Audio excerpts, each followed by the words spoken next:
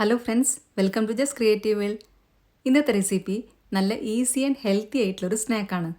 ഇത് ടിഫിൻ ബോക്സിലൊക്കെ കൊടുത്തുവിടാൻ നല്ലൊരു ഐറ്റം കൂടിയാണ്. ഉണ്ടാക്കാനാണെങ്കിൽ ഭയങ്കര ഈസിയാണ്. നമ്മളിത് ആവിയിൽ വേവിച്ചെടുക്കുകയാണ് ചെയ്യുന്നത്. അതുകൊണ്ട് തന്നെ എണ്ണയില്ലാത്ത ഒരു ഐറ്റം കൂടിയാണിത്. അപ്പോൾ നമ്മൾക്ക് നോക്കാം ഇതെങ്ങനെയാണ് ഉണ്ടാക്കുന്നതെന്നുള്ളത്. ഇതിനകത്തേക്ക് വേണ്ട കുറച്ച് സാധനങ്ങൾ നമ്മൾക്കൊന്ന് പൊടിച്ച് വെക്കാനുണ്ട്. അതിനായിട്ട് 1/4 ടീസ്പൂൺ ജീരകം ചെറിയ മിക്സിക്കകത്താണ് ഇട്ട് കൊടുക്കുന്നത്. പിന്നെ വേണ്ടത് ഏലക്കയുടെ ഉള്ളിലത്തെ സീഡ് 1 ടീസ്പൂൺ ഇട്ട് കൊടുക്കുന്നുണ്ട്. ഇനി ഇത് നന്നായിട്ടൊന്ന് പൊടിഞ്ഞ് കിട്ടാൻ വേണ്ടിയിട്ട് 1 ടേബിൾ സ്പൂൺ പഞ്ചസാരയും കൂടി ഇട്ട് കൊടുക്കുന്നുണ്ട്. ഇതെല്ലാം കൂടെ നന്നായിട്ടൊന്ന് പൊടിച്ച് മാറ്റി വയ്ക്കാം. ഇതേപോലെ നല്ല ഫൈനായിട്ട് തന്നെ പൊടിച്ചെടുക്കുക. ഇനി ഇത് സൈഡിലോട്ടൊന്ന് മാറ്റി വയ്ക്കാം. ഇനി നമുക്ക് ഇതിനകത്തോട്ട് വേണ്ട ശർക്കര നീരൊന്ന് പെട്ടെന്ന് റെഡിയാക്കി എടുക്കാം. അതിനായിട്ട് 200 ഗ്രാം ശർക്കര വെച്ചിട്ടുണ്ട്. അതിനകത്തേക്ക് 1/4 കപ്പ് വെള്ളവും കൂടെ ഒഴിച്ചു കൊടുത്ത് നന്നായിട്ടൊന്ന് തിളപ്പിച്ചെടുക്കുക.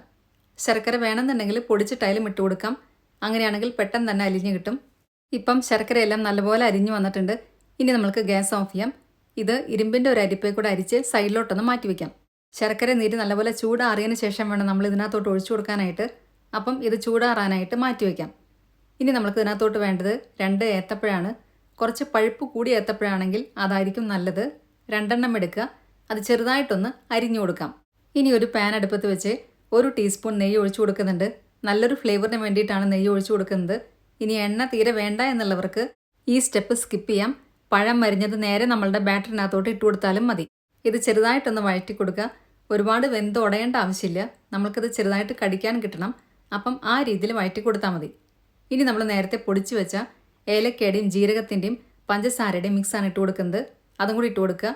പിന്നെ വേണ്ടത് 1/4 കപ്പ് തേങ്ങ ചിരവിയത്. അതും കൂടി ഇട്ട് കൊടുത്തതിന് ശേഷം എല്ലാം കൂടെ നന്നായിട്ടൊന്ന് ഇളക്കി കൊടുക്കുക. എല്ലാം നല്ലപോലെ ഒന്ന് ചൂടായി വന്നു കഴിഞ്ഞാൽ നമ്മൾക്ക് ഗ്യാസ് ഓഫ് ചെയ്യാം. ഇപ്പം ഇവിടെ കറക്റ്റ് പാകമായി വന്നിട്ടുണ്ട്. ഞാനിവിടെ ഗ്യാസ് ഓഫ് ചെയ്യാൻ പോവാണ്. ഇനി ഇതും സൈഡിലോട്ടൊന്ന് മാറ്റി വയ്ക്കാം. ഇനി നമ്മൾക്ക് ഇതിൻ്റെ ബാറ്റർ ഉണ്ടാക്കാനായിട്ട് ഗോതമ്പ് പൊടി എടുക്കണം. 2 കപ്പ് ഗോതമ്പ് പൊടിയാണ് വേണ്ടത്. അതിനായിട്ട് ഒരു വലിയ പാത്രം എടുത്ത് അതിനകത്തോട്ട് 2 കപ്പ് ഗോതമ്പ് പൊടി ഇട്ട് കൊടുക്കുന്നുണ്ട്. ഗോതമ്പ് പൊടിക്ക് പകരം മൈദ വേണമെങ്കിലും ഇട്ട് കൊടുക്കാം. ഗോതമ്പ് പൊടി ഇട്ട് കൊടുക്കുന്നതാണ് കുറച്ചും കൂടെ ഹെൽത്തി ആയിട്ടുള്ളത്. ഇനി ഇതിനകത്തോട്ട് 1/2 ടീസ്പൂൺ ജീരകം കൂടി ഇട്ട് കൊടുക്കുന്നുണ്ട്.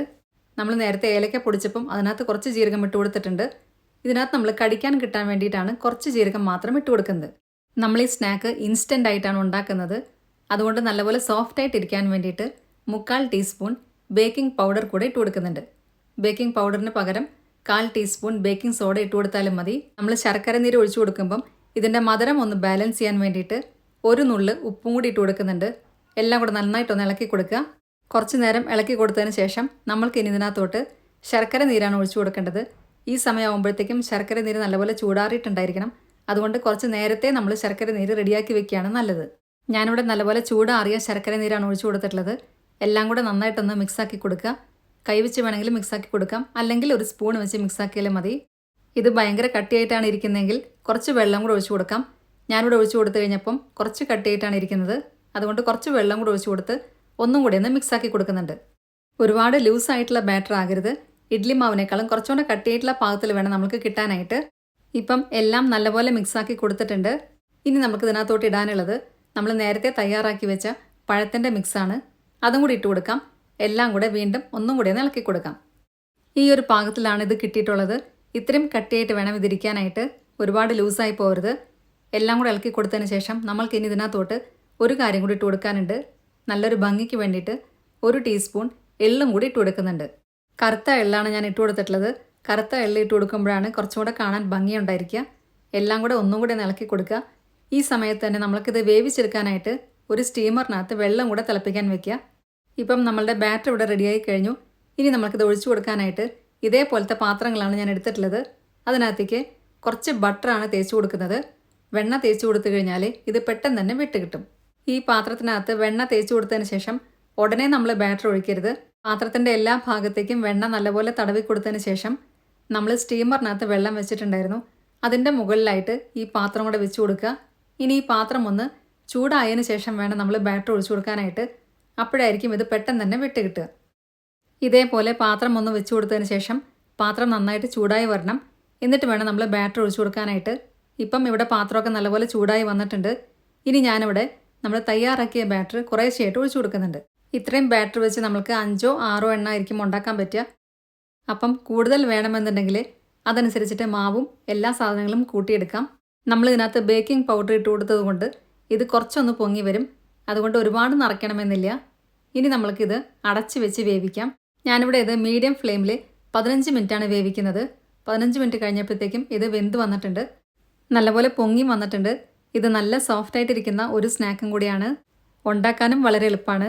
ഇനി ഇത് വെന്തിട്ടുണ്ടോ എന്നറിയാനായിട്ട് ഇതേപോലെ ഒന്ന് കുത്തി നോക്കിയാൽ മതി. ഇനി അഥവാ വെന്തിട്ടില്ലെങ്കിൽ 5 മിനിറ്റും കൂടെ വെച്ച് കൊടുക്കാം. ഇനി ഇത് കുറച്ചൊന്ന് ചൂടാറി വന്നതിന് ശേഷം ഈ പാത്രത്തിനകത്ത് എടുത്ത് മാറ്റാം. ഇപ്പം ഇതിവിടെ ചൂടാറി വന്നിട്ടുണ്ട്. ചെറിയൊരു ചൂടേ ഉള്ളൂ. പെട്ടെന്ന് തന്നെ വിട്ട് കിട്ടും. തീരെ ഒട്ടിപ്പിടിക്കത്തില്ല. ഇനി നമുക്ക് ഇതിനകത്ത് നിന്ന് ഒരെണ്ണം എടുത്തൊന്ന് പൊട്ടിച്ച് നോക്കാം. നല്ല സോഫ്റ്റ് ആയിട്ടുള്ളൊരു സ്നാക്കും കൂടിയാണ്. ഇത് കാണുമ്പോൾ തന്നെ അറിയാം. ഇതിനകത്ത് നമ്മൾ പഴം ചേർത്തത് കൊണ്ട് ഇടയ്ക്ക് പഴം കടിക്കാനൊക്കെ കിട്ടും. അതും നല്ല ടേസ്റ്റാണ്. അപ്പം പഴം ഇഷ്ടമില്ലാത്ത കുട്ടികളൊക്കെ ഉണ്ടെങ്കിൽ അവർക്ക് ഈ രീതിയിൽ ഉണ്ടാക്കി കൊടുത്തു കഴിഞ്ഞാൽ എന്തായാലും ഇഷ്ടപ്പെടും. ടിഫിൻ ബോക്സിലൊക്കെ കൊടുത്തുവിടാൻ നല്ലൊരു ഐറ്റം കൂടിയാണിത്. ഇതിൻ്റെ കളറ് നമ്മൾ ഒഴിച്ചു കൊടുക്കുന്ന ശർക്കരയുടെ കളറായിരിക്കും. കളറ് കുറഞ്ഞ ശർക്കരയാണെങ്കിൽ കുറച്ചും കൂടെ കളറ് കുറവായിരിക്കും കിട്ടുക. ഇത് കുറച്ച് കളറ് കുറഞ്ഞ ശർക്കര വെച്ച് ഉണ്ടാക്കിയതാണ്. അതുകൊണ്ട് ഇതിൻ്റെ കളറ് കുറച്ച് കുറവാണ്. ഇത് വേവിക്കുന്ന സമയത്ത് നമ്മൾക്ക് ഇതിൻ്റെ മുകളിൽ ഡെക്കറേറ്റ് ചെയ്യാനായിട്ട് നട്ട്സോ പിസ്തയോ എന്തെങ്കിലും ഇട്ട് കൊടുക്കാം. ഞാനിവിടെ കുറച്ച് പിസ്ത ഇട്ട് കൊടുക്കുന്നുണ്ട്. അപ്പം കാണാൻ ഒന്നും കൂടെ ഒന്ന് ഭംഗിയായിരിക്കും. നമ്മളിതിൻ്റെ തീ കൂട്ടി വയ്ക്കുമ്പോഴും കുറച്ച് വയ്ക്കുമ്പോഴും വേവുന്ന ടൈമിൽ കുറച്ച് വ്യത്യാസം വരും. അപ്പം അതും കൂടി ഒന്ന് ശ്രദ്ധിക്കുക. അപ്പം എല്ലാവർക്കും ഇന്നത്തെ വീഡിയോ ഇഷ്ടമായെന്ന് വിചാരിക്കുന്നു. വീഡിയോ ഇഷ്ടമായിട്ടുണ്ടെങ്കിൽ നിങ്ങളുടെ ഫ്രണ്ട്സിനും റിലേറ്റീവ്സിനൊക്കെ ഷെയർ ചെയ്യാൻ മറക്കരുത്. സബ്സ്ക്രൈബ് കൂടെ ചെയ്യുക.